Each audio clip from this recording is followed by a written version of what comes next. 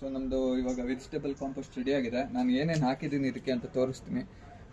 So of course ಇದರಲ್ಲಿ vegetable waste ಏನೇನಿದೆ ಅದೆಲ್ಲ ಸ್ಮಾಲ್ ಆಗಿ ಚಾಪ್ ಮಾಡಿ ಹಾಕಿದ್ದೀನಿ. ಜೊತೆಗೆ ನೋಡಿ ಇದು ಕೋಕೋಪೀಟ್.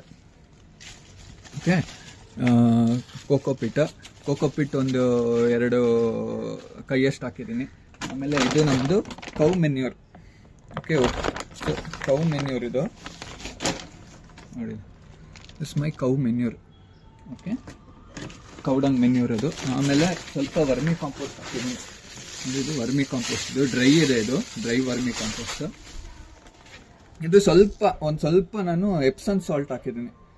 ಸೊ ಮೈಕ್ರೋ ನ್ಯೂಟ್ರಿಷನ್ಸ್ಗೋಸ್ಕರ ಸ್ವಲ್ಪ ಎಪ್ಸಮ್ ಸಾಲ್ಟ್, ಸ್ವಲ್ಪನೇ ಒಂದು ಅರ್ಧ ಸ್ಪೂನಷ್ಟು ನೀಮ್ ಆಯಿಲ್. ಯಾಕಂದರೆ ಜಾಸ್ತಿ ನೀಮ್ ಆಯಿಲ್ ಹಾಕಿದ್ರೂ ನಮಗೆ ವರ್ಮ್ಸ್ ಆ್ಯಕ್ಟಿವಿಟಿ ಕಮ್ಮಿ ಆಗೋಗುತ್ತೆ.